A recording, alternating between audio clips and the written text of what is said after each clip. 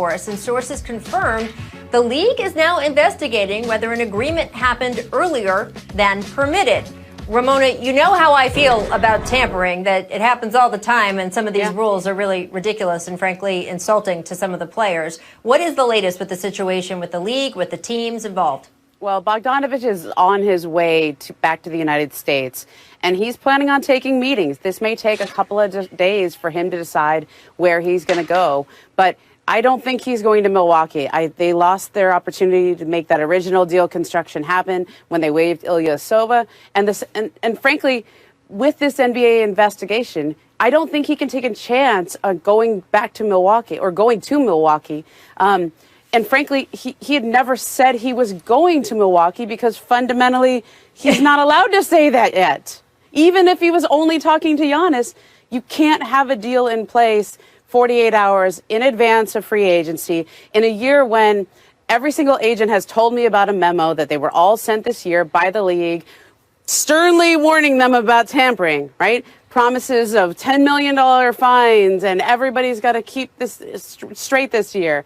This is not the year for anybody to be jumping the gun. And I think there was a variety of reasons why this came undone, but starting with, and most importantly, Bogdanovic never said yes because he couldn't say yes 48 hours in advance. And now he's an unrestricted free agent, or he's a restricted free agent. He can sign an offer sheet, but he's on his way back to the U.S. right now, and he's planning on taking meetings. So I think it's going to take a couple days.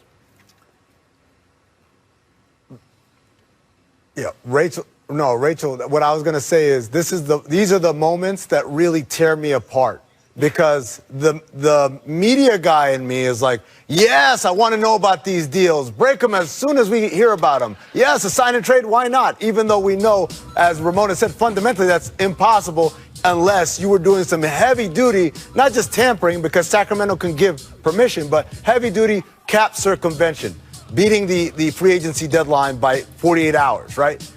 But the front office guy in me says that's what you get when you're so hot to trot to tell your media sources what's going on. And as a front office guy, I say that's why you keep it close. Kemba Walker was in Boston the day before he signed with the Celtics last year. Yes. That was not like on spec. That was because they had already worked something out. Rachel, I get it. It happens. But when you put that out there, because we all know how this business works. People in front offices talk to people in the media, talk to people like Ramona, talk to people like Brian, and they'll give them this information because they want to control the message or get ahead of the messaging or whatever it is you want to call it. And agents do this too. So you got to understand, whenever you're engaging in that kind of behavior as a front office, you are risking the validity of this deal. And what the league isn't going to do, it's one thing for Kemba Walker to be in Boston before the free agency period begins. It's another thing to announce a sign and trade 4 days before the free agency. But you know what I mean. When it's leaked, you're not telling them for your health. You're telling them because you want the world to know. I can't get with this. I can't be here on this. This just always seems so silly to me. Players understand what their value is. They know what their options are. The idea that they won't know unless some other team tells them just doesn't make any sense to me. And Sacramento, obviously being involved in this deal, was involved in the idea of him leaving. So who is being hurt, obviously, by him leaving is theoretically other teams that might want to sign him. But he's not an unrestricted free agent. He's restricted. So Sacramento is going to have a say in this anyway. I don't know, Paul, regardless of the tampering, the not tampering, all of that, he is restricted. Do you think Sacramento should match anyone else who makes him an offer? How valuable do you think he is? I think he's very valuable for what they're doing. I mean, they're a young and up-and-coming team, possibly could be in the playoffs next year. But on the flip side, this has to be very discouraging for the Milwaukee Bucks, who just saw a team get so much better and take steps back. I mean, Drew Holiday is a really good player, but having this kid on your roster really upgraded them to another level along with Drew. So this is discouraging, but he's a value player in this league, and I expect Sacramento to match any offer that is given to him. Rachel, I want to point out that this is a different year, and I get your point about tampering, but I have been sent this memo that the league had sent around to all agents and teams this year saying we are cracking down on tampering. They knew it had really gotten out of hand the last couple of years, especially in the way it was being reported, and then guys just flaunting it like Kemba Walker, which you referenced yesterday or earlier. And I think in this situation, Bogdanovic's agents were being very careful not to put him in this situation because restricted free agency is already hard enough. And he deserves a chance to be a restricted free agent, no matter how many players he's talking to right now. He's allowed to talk to players, not allowed for teams to engage in any kind of conversations like that. And now I think what's really important, if you're Milwaukee, and I feel really bad for the Bucks because, you know, for the one team that a small market team trying to keep its superstar, trying to get him to sign this supermax extension. This is so important for them. But if you're going to try to execute a deal of this magnitude, first with Giannis, when they can offer him that, and also the other surrounding moves to convince him to stay, you have got to keep your mouth shut. And that's not talking to the media. That's talking to other teams. There was a Board of Governors call the other day. I think that was talked about on the Board of Governors call. There was a lot of talking. And when you get loud about it, I don't know which team turned them in and asked the league to do an investigation. They have their theories, but pretty much any team that wants Giannis is going to tell the league, hey, crack down on this. And so I feel sorry for Milwaukee, but also you got to keep it tight. That's all I'm saying. Because of all this, I received the reliables from a reliable source saying that the Hawks are targeting some veteran shooting, and Bogdan, Gallinari, Joe Harris, and Rondo are people that they're very interested in. They feel like they can get two of these guys for sure.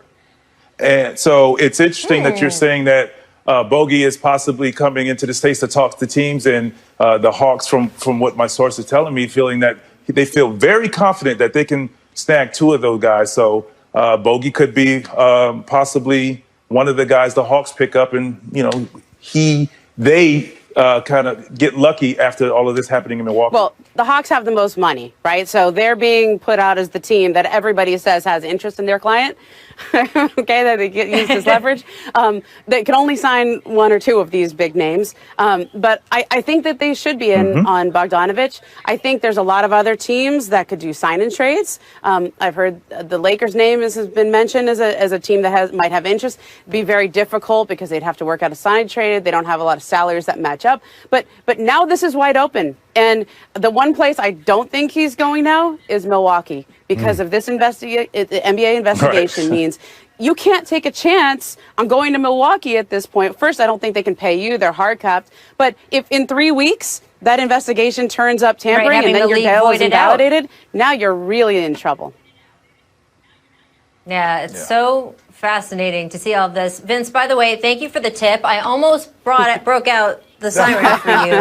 I think I started to say it too. That's okay. I think we can do it, producer Danny, right? Director Kathy, we can do it, right? There we go. It's a key player alert from Vince. There we go. I love it. And by the way, the man just took off an Atlanta Hawks jersey before he put that suit on. So I would listen to him. He knows Bogey really well. Also, I do want to get to the Lakers part of the... Senator from Los Angeles, along with Neil Everett. I'm Stan Verrett. In just about a month, NBA teams will be back on the court. So even more than in past free agency sessions, this one's a mad scramble. A scramble that is underway as we speak. Yeah, NBA free agency is like music between my ears, Stan. I mean, it's on the road again. Yeah. All right. Go Your Own Way. That's a breakup song. Changes by David Bowie. Yeah. And there's a line in there, don't want to be a richer man. Oh, wait. That last part is definitely not Friday. No. The Kings tapped 23-year-old De'Aaron Fox as their point guard of the future, agreeing to sign him to a max extension for at least $163 million over 5 seasons. His richest contract in franchise history, surpassing Chris Webber. League's reigning 6th man of the year, Montrezl Harrell, agreed to a 2-year deal with the Lakers worth $19 million with a player option in year 2. Harrell ranked second in the NBA in scoring off the bench at just over 18 points per game. And Danilo Gallinari cashed in with the Hawks, agreeing to a 3-year, $61.5 million deal. He should help an Atlanta team that shot just 33% from the three last season. That was the worst in the NBA. Oh, look at old Dwight Howard. I'm staying right where I belong. Laker Nation, I love y'all. Purple and gold never gets old. That's how it started. That's what he said. But what did he mean? He shuffled off to Philadelphia before the day was done. We got just the man we need to talk to, Adrian Wojnarowski, joining us now on SportsCenter. So, Adrian, let's start at the top with the Lakers. Even as they won a championship last year, there were lots of questions about the depth and what they do outside of LeBron James and Anthony Davis. They got some answers. They added Dennis Schroeder and now Wesley Matthews and Montrezl Harrell. What's going on with L.A.? Yeah, they certainly had to address that center position once Dwight Howard headed to Philadelphia to play for Doc Rivers and Daryl Morey. And Montrezl Harrell comes from the Clippers, where he was, a very productive player. But they get him at essentially the mid-level exception, the 2 years, $19.5 million with a player option on year 2. And the priority for the Clippers was keeping Marcus Morris, and they're going to do that with a 4-year, $64 million deal, I'm told. So Anthony Davis, no need to worry in L.A.? Yeah, Anthony Davis will be back with the Lakers. He's going to take some time to decide, I'm told, at least through Thanksgiving next week, about how he wants to structure his deal with L.A. And, he certainly has several options in terms of the length. One option for him will be to get his contract lengthwise on par with LeBron James. That would be essentially a 3-year deal with a player option after the second year, and then he and LeBron would be contractually aligned. They obviously share the same agent, Rich Paul.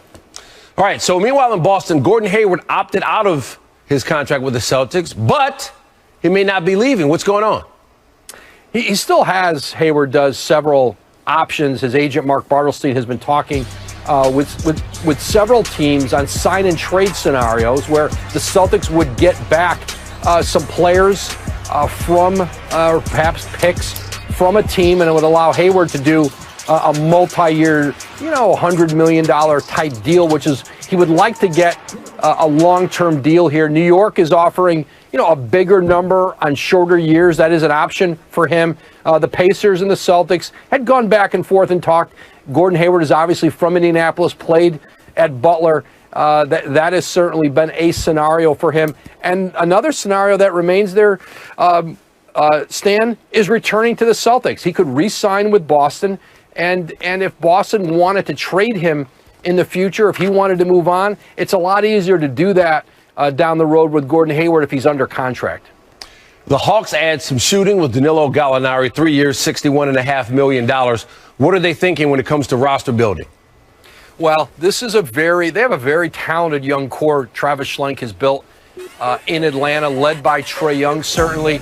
But they're a team that wanted to start to compete to get into playoffs. And you don't do that with young players. You do it with accomplished veterans like Gallinari. 3 years, $61.5 million for Gallo. The most ever for a player over 30 who's never played in an All-Star game. That's an interesting fact on that deal. But he is a guy who can score the ball all over the floor. And I don't think the Hawks are done. They have more cap space.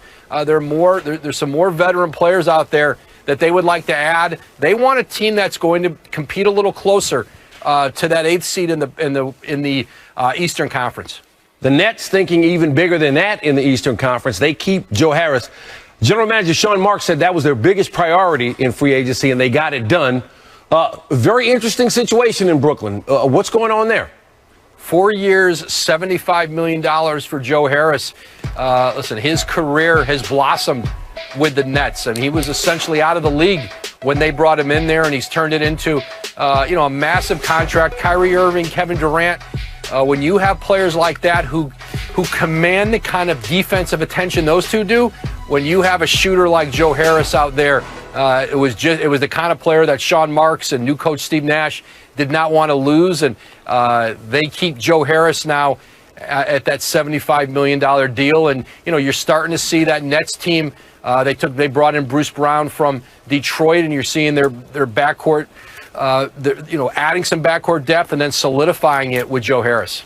Meanwhile, Sacramento is convinced that it has found the centerpiece of its franchise moving forward. De'Aaron Fox, he signs a max deal, $163 million, maybe up to $200 million. So what's the thinking there in terms of